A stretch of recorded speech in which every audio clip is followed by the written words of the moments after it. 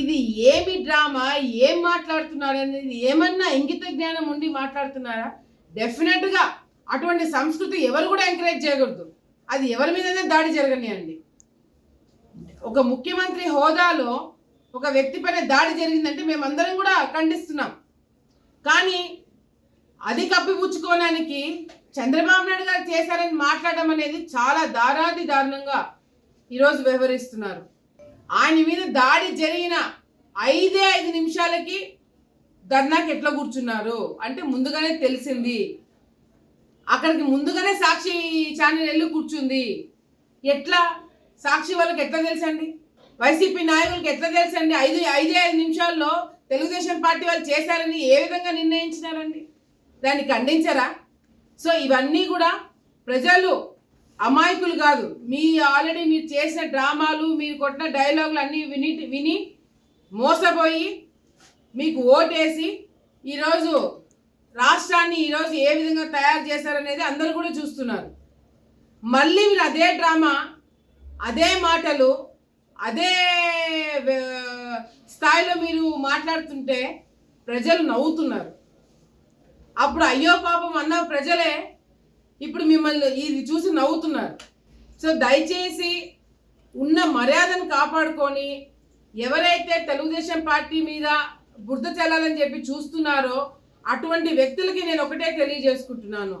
మీ స్థాయి మీరు దిగజార్చి ఈ విధంగా రాజకీయాల్లో మీరు మాట్లాడితే మంచి పద్ధతి కాదు. ఎన్నికలకి ముందు ఈ విధంగా దాడి చేస్తే అది ప్రతిపక్షం వాళ్ళు చేశారనేది మాట్లాడడం కూడా కరెక్ట్ కాదు. ప్రజలు గమనిస్తున్నారు. ప్రజలు చూసి భయపడండి.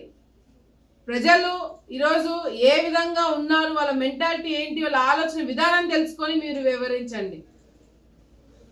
మీరు ఎవరికి భయపడేటట్టు కనిపించట్లేదు. అటు మీడియాకి మా భయపడట్లేదు, అటు పోలీస్ డిపార్ట్మెంట్ మీ కంట్రోల్లో ఉంది, అటు ప్రజలు ఏమనుకుంటారనే ఇంగిత జ్ఞానం కూడా లేకుండా పోతుంది. సో దయచేసి ఇప్పటికైనా దీనికి అన్నిటికీ ఫుల్ స్టాప్ పెట్టండి. క్యాండిల్ ర్యాలీ తీస్తున్నారు. దేనికి క్యాండిల్ ర్యాలీ తీస్తున్నారు? జగన్మోహన్ రెడ్డి గారికి ఏమైనా క్యాండిల్ ర్యాలీ తీస్తున్నారు అనేది అర్థం కావట్లేదు. డెఫినెట్గా దాడి జరిగింది. అది ఎవరు చేశారు, ఎవరు చెప్తే చేసినారు, ఎవరి కోసం చేసినారు, ఎవరికి సింపతి రావాలని చేసినారు అనేది కూడా ఒకసారి ఆలోచించుకోవాలా.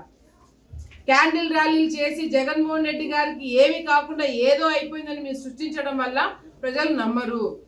ప్రజల మీద దాడులు జరిగితే ఎవరు క్యాండిల్ ర్యాలీలు చేయరు.